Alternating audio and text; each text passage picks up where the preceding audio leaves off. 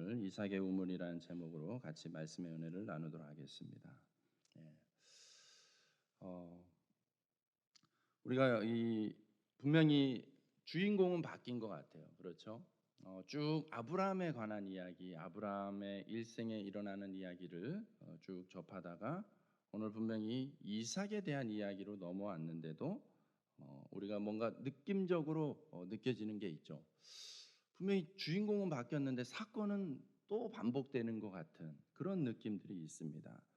그런 거죠. 성경이 이야기하고자 하는 것 중에 하나가 무엇이냐면 인생에 대해서 이렇게 가르치고 있는 거예요. 인생에 대해서 오늘 1절에 이렇게 선언합니다. 아브라함 때에 첫 흉년이 들었더니 그 땅에 또 흉년이 들매. 그렇죠. 아브라함도 흉년을 맞이하여서 흉년을 만나면서 애굽까지 내려갔던 경험이 있습니다. 그런데 이삭의 때에 또 그런 흉년이 들었다는 것이죠. 네. 여러분 인생에 흉년은 피할 수 없다라는 것이죠. 인생에 어떻게 보면 큰 틀에서는 사건들이 반복됩니다. 예. 항상 아무 일 없이 평탄하게 살기를 원하는 분들이 있지만은 아무 일 없는 인생은 있을 수가 없습니다. 반드시 어떠한 사건 사고들이 있을 수 있다라는 것이죠. 그 중에는 좋은 모양의 사건들도 있을 것이고 때로는 어려운 오늘 성경에 있는 흉년과 같이 표현되어지는 것들을 만날 때가 있다는 것입니다. 그러므로 여러분 내 인생에서 흉년은 안 만나게 해주세요. 이렇게 기도할 이유가 없습니다.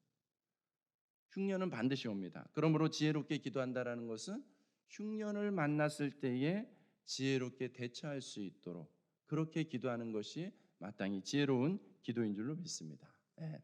아브라함의 인생이나 이삭의 인생이나 일어나는 사건들은 유사합니다. 네. 그래서 그런지 이삭은 아브라함의 모습을 거의 그대로 따라가고 있습니다. 네. 아브라함도 흉년을 피해서 애굽까지 내려갔습니다.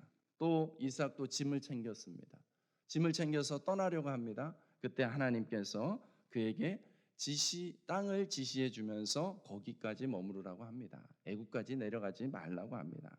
애굽은 거대한 제국이었기 때문에 그곳에 내려가면은 또 마음이 또 흔들리고 또 하나님과 멀어질 것을 아시는 하나님께서 보호하고 계시는 것이죠. 그래서 2절 말씀에 이렇게 말씀하십니다. 내가 내게 지시하는 땅에 거주하라. 네. 내가 내게 지시하는 땅에 거주하라. 여러분 하나님 여러분만 땅을 중요하게 여기는 게 아니라 하나님도 땅을 중요하게 여기세요. 네. 성경에 보면은 땅에 대한 이야기가 한 2,500번 이상 나옵니다. 네. 그러니까 얼마나 하나님이 땅을 가지고 얘기를 많이 하는지 몰라요. 여러분 왜 땅이 중요하겠습니까? 우리에게? 네, 우리는 땅으로 만들어진 존재예요. 네, 땅이나 흙이나 먼지나를 원어상으로 보면 같은 어원에서 시작이 되고 있어요. 우리도 역시 그 재질로 만들어졌어요. 사람도. 그렇기 때문에 그런 차원에서도 우리랑 상당히 연결이 되는 것이고요. 또 하나님께서 어쨌든 우리를 이 땅에 창조하셨어요. 땅이라는 곳은 우리가 살아가야 되는 공간인 것이죠. 우리의 삶의 터전이 되는 것이죠. 그렇기 때문에 당연히 중요할 수밖에 없습니다. 그런데 더 나아가서요. 땅에 대해서 이야기하는 땅에 대해서 여러 문맥상으로 여러 의미로 다가올 수 있지만은 마태복음 13장에 보면은 예수님께서 이 땅을 가지고 하셨던 말씀이 있습니다. 예수님이 하셨던 이 비유는 씨 뿌리는 비유라고 우리가 흔히 이야기하는 거예요. 여러분 어떤 농부가 있어요. 씨를 뿌렸어요. 근데 그 씨가 한 4종류의 땅에 뿌려지게 됩니다. 어떤 것들은 길가에 뿌려지고 어떤 것들은 돌짝밭에 뿌려지고 어떤 것은 가시나무 떨기에 떨어지고 어떤 것은 좋은 땅에 떨어지다라는 거예요. 여러분 이 씨가 이제 다 닿은 그 땅에 따라서 열매 맺음이 달라진다라는 거예요. 길가에 떨어진 씨앗들은 어떻게 되었습니까? 새들이 와서 이내 먹어버렸죠. 그래서 어떻게 살 기회조차도 주어지지 않았어요. 돌짝밭에 뿌려진 씨앗들은 어떻게 뿌리를 내리지만 돌밭이에요. 뿌리가 뻗어 나갈 수가 없어요. 그래서 이내 말라 죽고 맙니다. 가시떨기에 뿌려진 씨앗들은 영양분을 가시나무에 다 빼앗겨 버려 가지고 또 자라지 못하고 죽게 된다라는 거예요. 여러분, 그런데 좋은 땅에 뿌려진 씨앗이 있습니다. 좋은 땅에 뿌려진 씨앗의 열매 결과는 어떻게 됐습니까? 30배, 60배, 100배의 결실을 맺더라는 거예요. 예. 여러분, 예수님이 이 비유의 말씀을 하시면서 제자들이 알아듣기 어렵습니다 이렇게 이야기하니까는 해설을 해주셨어요, 친절하게. 여러분, 여기서 씨는 무엇입니까? 씨는 말씀이에요. 말씀. 이 씨는 말씀이라는 거예요. 이 씨를 받는 땅은 그럼 무엇이겠습니까? 그 말씀을 받는 마음밭이에요. 마음밭. 마음이라고 이야기하는 거예요. 땅을 마음이라고 예수님은 그렇게 비유적으로 사용하고 계십니다. 오늘 이삭에게 나타난 이 내가 내게 지시할 땅으로 가라 했을 때에 이 땅에 대한 것도 예수님이 말씀하셨던 비유와 의미적으로 상통하고 있는 것을 봅니다. 그래서 보면은 오늘 12절 말씀에 보면 이삭이 그 땅에서 농사하여 그 해에 100배나 얻었다고 이야기합니다. 열매를 100배나 얻었다고. 예수님이 하셨던 말씀이 뻥튀기의 말씀이 아니었다는 거예요. 실제 이삭의 사건이 있었던 것을 아시고 예수님은 제자들에게 이 말씀을 이야기해 주신 거예요. 예. 여러분, 우리 인생에서 100배의 이 뻥튀기의 축복이 있으면 얼마나 좋겠습니까? 100배의 축복을 원하십니까?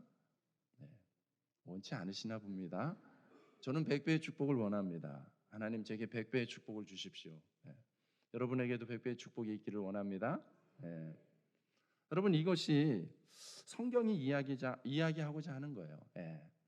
하나님은 원하시면 얼마든지 우리에게 100배의 축복을 맺게 거두게 하실 수 있다라는 사실이에요. 거기에 대해서 여러분, 우리가 열린 마음을 가지고 아멘, 그렇습니다, 그럴 수 있습니다, 저도 그러기를 원합니다, 이 소원함을, 간절함을 표현해야지.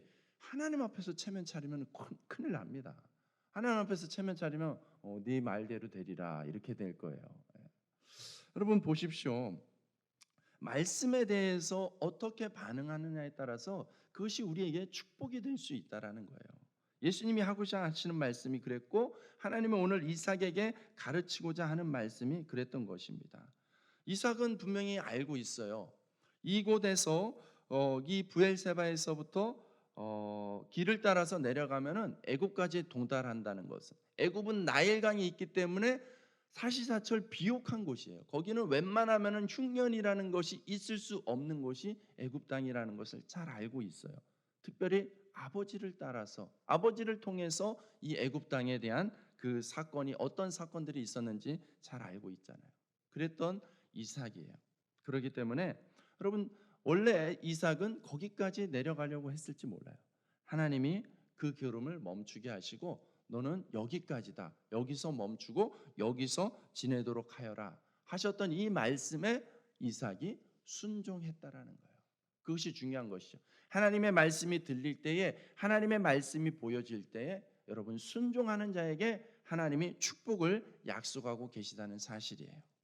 오늘 이 말씀이 저와 여러분들에게 임하기를 원합니다. 3절 4절 말씀을 우리 같이 한번 읽겠습니다. 시작.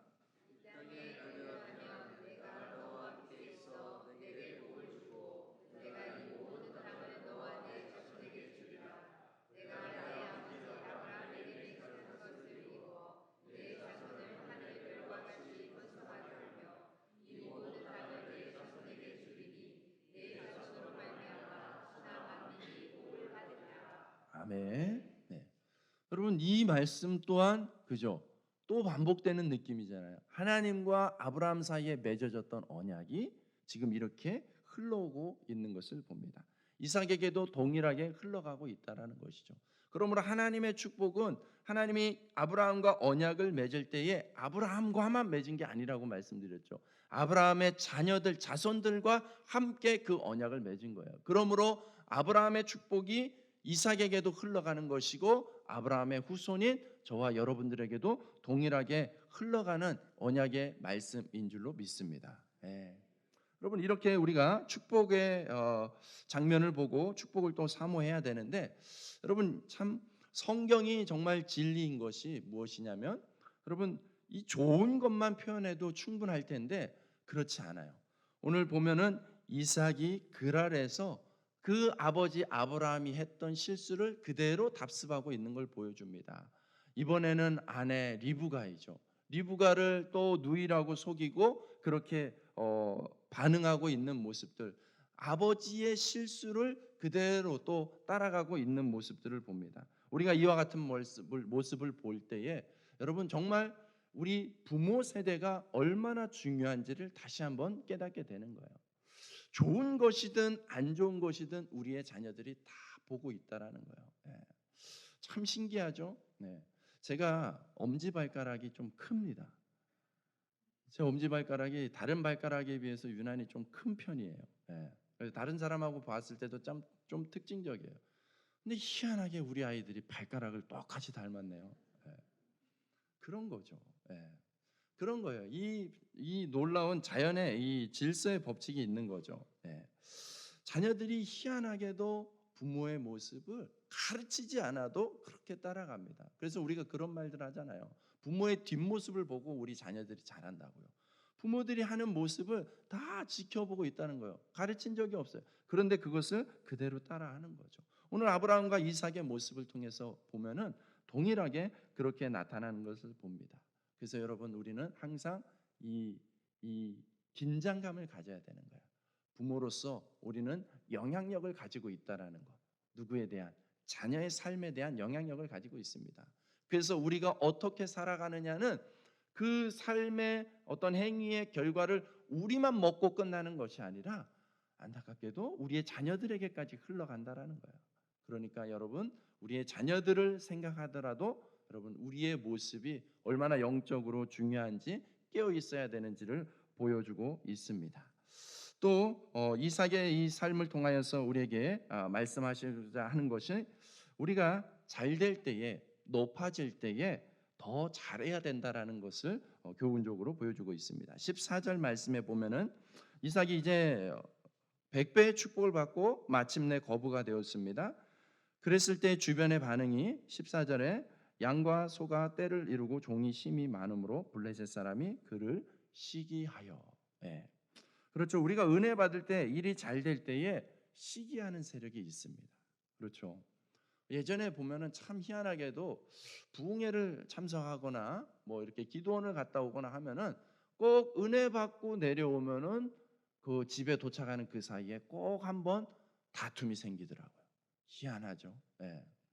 그렇게 우리가 은혜 안에서 깨어 있는 것을 시기하는 세력이 있습니다. 사단의 세력이 우리가 은혜 받도록 하는 것을 막고 방해합니다. 지난주까지 날씨 괜찮았잖아요. 그렇죠? 어제부터 영하 7도로 뚝 떨어져 가지고 여러분 나오는 게 결코 만만치 않아요. 결코 쉽지 않아요. 쉬운 발걸음 한 게 아니에요. 제가 어제 어떤 집사님 올라오면서 보니까는 일찍 오시네요. 오시는데 힘들지 않았어요. 그러니까 밤새 일하고 오셨대요. 밤새 일하고. 하필이면 또 근무가 딱 2주간에 야간에 걸리는 거죠. 그런 거예요. 여러분 분명히 내버려 두지 않습니다. 사단은 세상은 우리가 은혜 받도록 우리가 하나님 편에 가까이 가도록 내버려 두지 않습니다. 오늘 이삭의 삶에 있어서는 그것이 우물로 나타나고 있는 것이에요. 이삭이 가는 곳마다 우물을 파요. 물을 잘 얻어요. 그러면은 그냥 내버려 두지 않아요. 잘 되도록 내버려 두지 않고 와가지고 괜히 와서 시비 걸고 다툼질하고 그러는 거예요. 그래서 오늘 이 이삭이 판 우물의 이름들을 보면 에색, 신나, 르호봇이라고 우물의 이름을 특별히 기록하고 있죠. 그 말은 그 말에 의미가 있다라는 거예요. 에색은 다툼이라는 의미가 있어요. 와서 시비 걸고 다툼을 거는 싸움을 걸어오는 세력들이 있습니다. 여러분 이삭이 어떻게 했습니까? 다툼을 피했습니다. 힘으로 맞서 싸우면 싸울 수 있었습니다. 그럼에도 불구하고 싸우지 않고 피했다는 것이에요.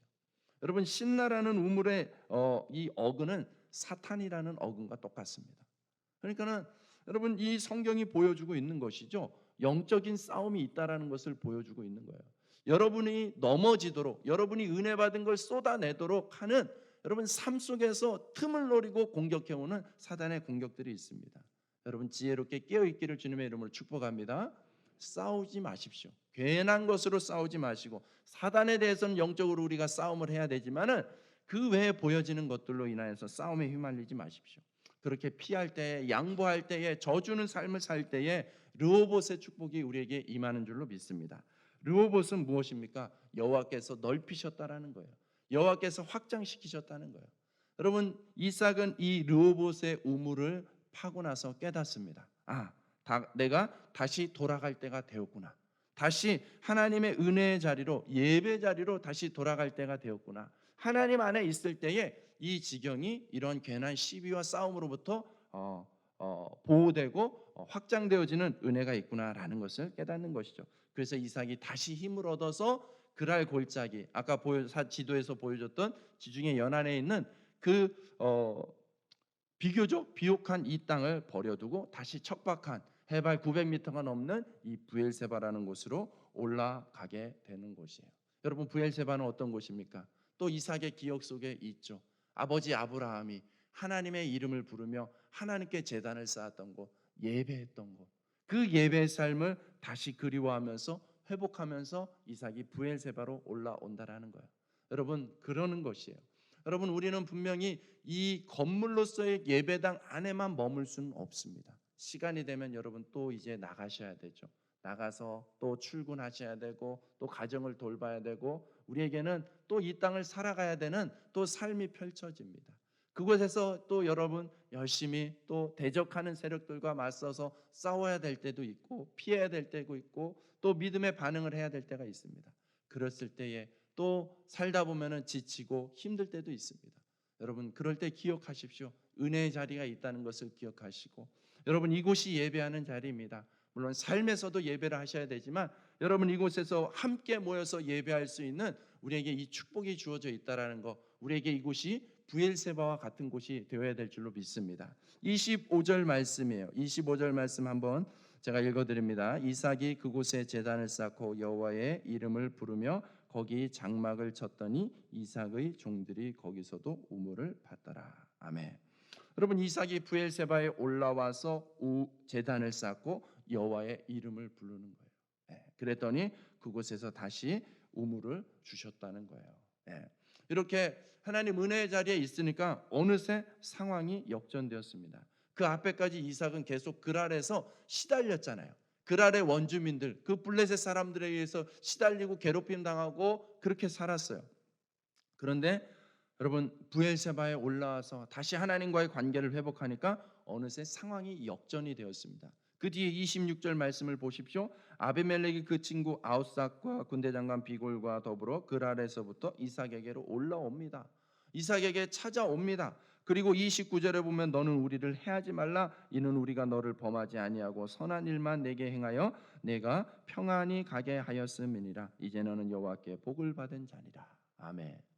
여러분, 하나님이 지키신다는 것, 하나님이 보호하신다는 것을 세상 사람들이 깨닫기 시작하는 것이죠. 그랬을 때에 비로소 이 상황이 역전되는 것이죠. 그래서 굽히게 되는 것이죠.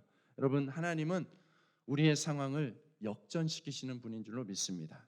역전의 용사이신 하나님이세요. 비록 지금은 우리가 양보함으로 숙임으로 인하여서 마치 지는 것 같고 밀리는 것처럼 보일지 몰라요. 손해보는 것처럼 보일지 몰라요. 당장은 정말로 계산을 해보면 손해보는 것처럼 보일지 몰라요. 하지만 하나님이 그것을 다 기억하십니다.